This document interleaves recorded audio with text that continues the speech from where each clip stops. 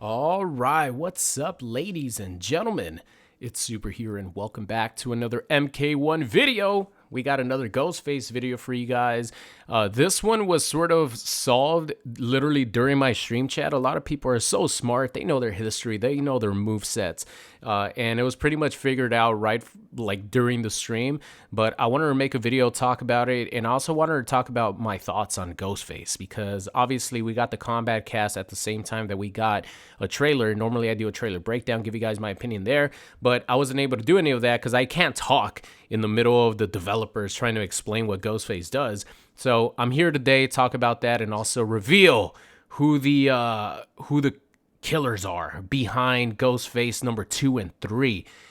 So leave a thumbs up on the video if you're excited for Ghostface. Also, I just want to say a huge thank you to everyone for all the love and support on the Ghostface videos. They've been doing awesome, and I can't wait to upload some more Ghostface stuff. Stay tuned. There's going to be a lot of Ghostface action on the channel.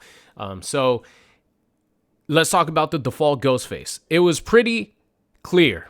It was specified that the Ghostface we're seeing on screen right now, the Ghostface you start off with, the Ghostface that just has the normal blade, is the Ghostface from the original Scream movie. Meaning, it's Billy. Billy is the Ghostface that we see on screen. He's just the default Ghostface, the Ghostface from the original Scream movie. It's this dude right here with the nice Leo DiCaprio hair from Titanic. Scary movies don't make psychos. They make psychos more creative. That's him right here. So Billy is the original Ghostface that we see in the first Scream movie. And he takes his mantle once again in Mortal Kombat 1 as the primary Ghostface that we see on screen right now. But the important ones are the henchmen, or henchmen and henchwomen. So Ghostface number 2 and 3, the enforcer and the assassin. Who are those two characters? And it was figured out pretty quickly, like I said, by you guys. Number 1, the enforcer, is Cobra. Hold on. I got pictures. I don't have gameplay because I don't have any like gameplay from those characters. But Cobra right here has a flaming kick that he does, and sort of his secondary color scheme is blue. So that was pretty much it. It was more the flame kicks that gave it away, at the fact that Cobra is that other Black Dragon member that is helping Ghostface out. So the enforcer is actually Cobra. Cobra with his flaming kicks, aka Mortal Kombat version of Ken, is one of Ghostface's helpers. Number 2, the assassin. This one was a lot more obvious to everyone. As soon as the red coloring on the dagger, and also the sort of like flailing arm attack that she has came out. Let me see if I can find it. I might not be able to find it. We'll see it at some point, and then I'll talk about it. You guys know what I'm talking about. When you have the assassin variation, Ghostface does this flailing arm move. And once that happened, and once the Kano Ball happened, everyone's like, that's Kira, that's Kira, that's Kira, that's Kira. So Cobra and Kira, part of the Black Dragon, were hired in order to help Ghostface fight the characters in Mortal Kombat 1. And they each have unique special abilities that they've had in the past in Mortal Kombat Deception. And I'm really excited to play with those variations as Ghostface. But it's kind of cool to get that mystery out the way, because a lot of people, including myself, were asking who's going to be underneath that Ghostface mask. It would have been hilarious if it would have been Ed Boon under there, at least the default one.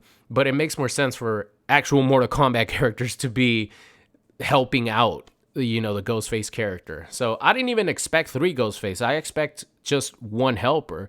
But obviously, as we got the gameplay breakdown, we know that there's 2 more Ghostfaces. So Cobra and Kira, I think I have one somewhere. There's like a picture somewhere around here. There's multiple pictures of Cobra and Kira here together. Boom, baby, the action shots. Where in the hell is Cabal? But as we see here, we got a lot of pictures of Cobra and Kira together. And yeah, those are the characters that are going to be helping out Ghostface. So mystery solved on that one. Now let's talk a little bit about my opinions on what I saw from Ghostface. First of all, I think he looks pretty complicated because the fact that you can't really control, well, you can control when you switch variations, but if you want to stay, for example, on the Enforcer variation, you have to sort of keep a count in your head because the maximum time that one of the other variations could be on the screen is 12 seconds. And the reason he's going to be a little bit difficult to use is because if you get touched even once, even with a down poke, that is the end of that variation, and then the default Ghostface tags back in.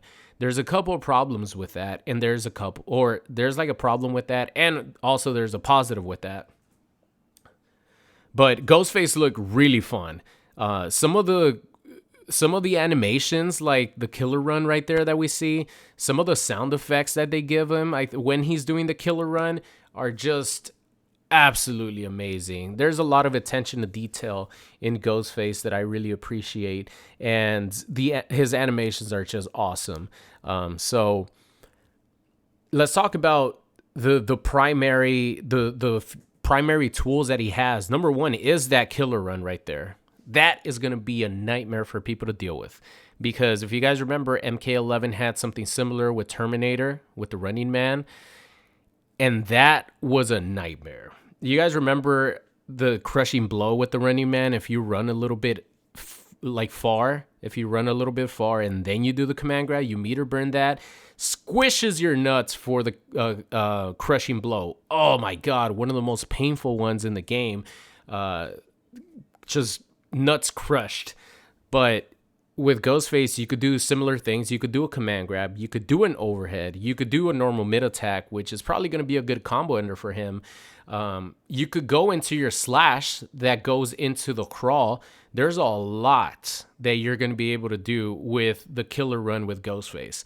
Also, you have a Rambo style crawl that has a low.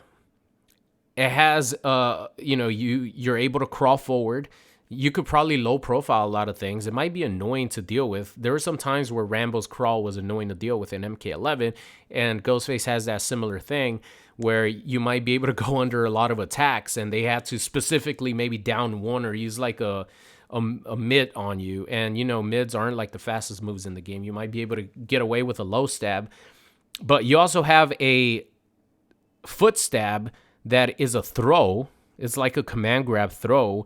And then if you meter burn it, you get to restand your opponent, but it does cost 2 bars of meter. And that's where I move on to, I think the biggest negative for Ghostface is the fact that he is so meter dependent. It's crazy. Every time that you go from your default Ghostface to one of the other variations, you use a bar of meter. Every time. And then Ghostface, thankfully, he does have meterless launchers, but the only one that is reliable is the forward 4, which is a default launcher string or launcher like normal. And then you could incorporate that with 221 plus 3, which is a launching combo. So other than that, he does have a meterless launcher when you call in the second Ghostface and the second Ghostface does an uppercut. That's a meterless launcher, but you cannot combo from it from almost anything from what I saw. So that one you're going to have to rely on your cameo to help you out. Maybe a sector missile or something like that is going to help you out in that department. But there's going to be a lot of characters that you're not going to worry about meterless launchers because you have your cameo like Janet and Movado. Those characters are going to help Ghostface out a lot because he does have a lot of combo strings that end with your opponent flying backwards. So then you could hit confirm that into a Movado, hit confirm that into a Janet, and go into your 221 plus 3, and then you go on from there. So he looks like he does have a lot of combo potential, and it's going to be really interesting to see some of the cool creative combos that you could come up with Ghostface, where you start with your default, then you move on to another cameo or variation, and then you go back to the default, and then you move to the second variation. I wonder if there's going to be combos like that, but it might be difficult because you do have to spend a bar of meter every time that you switch to the Enforcer or Assassin variation. So Meter dependent is one of the big negatives in my opinion for Ghostface, but the default Ghostface that you use, you don't even need to switch to the other variations. I think the default Ghostface already looks like a really solid character. So I'm sure there's going to be a lot of people who don't even use the Assassin or the Enforcer variation. They just use the default Ghostface, which is already good, and then do damage and save your meter for breakers and wake up attacks, etc., right? So I think he looks really fun. One of the other negatives that I noticed is if you don't keep track of your timer and you launch your opponent up for a combo and you're using an Enforcer or an Assassin, if you don't keep track of your timer, you might drop your combo because the timer runs out and then Ghostface has to exit. Let me see if I can find it. There was somewhere around here where they demonstrated that by accident. I think it's somewhere around here because I remember them being in the corner. But if you're the Enforcer or the Assassin and then you go in for, I think it's somewhere around here, right? No, that's just the normal bread and butter combo. But see, those combos right there look awesome, right? Switching from the default Ghostface, switching to Assassin or Enforcer, and then continue your combo from there and finishing it off with the Cannonball or maybe the Rekkas or something like that. That looks awesome. Let me see if I could, because I remember it being in the corner where they dropped a combo by accident. What I'm trying to say is that, for example, if you're using like an Assassin, right, and then you go in for your Rekkas and you launch your opponent and the timer's about to run out and you go in for a jump to bounce your opponent up from an air combo, and if the timer runs out, your character, your variation is going to go away and the normal Ghostface is going to come back and then you're going to drop your combo. So that's another negative that I noticed. I don't think they're going to show it here, right? Where was it that I saw it? Is this just the... Yeah, this was just the regular one. It might be here somewhere. Yeah, I think it's this right here. Watch. See? Right there. That's a perfect example of what I was talking about, where you launch your opponent up, you did the bounce, and then when you land on the ground, the time is up. So that means the Enforcer Ghostface has to exit, the default Ghostface returns, but the end result is you drop your combo because the time runs out. So that's another one of the reasons why I think he's going to be a little bit tricky to play if you actually want to use the Enforcer and Assassin variations. But if you don't, I think he's going to be a really solid character just as the normal Ghostface. But I'm curious to try to get some sexy combos where I switch from variation to variation. That's what I'm talking about right there. That's what I want to try.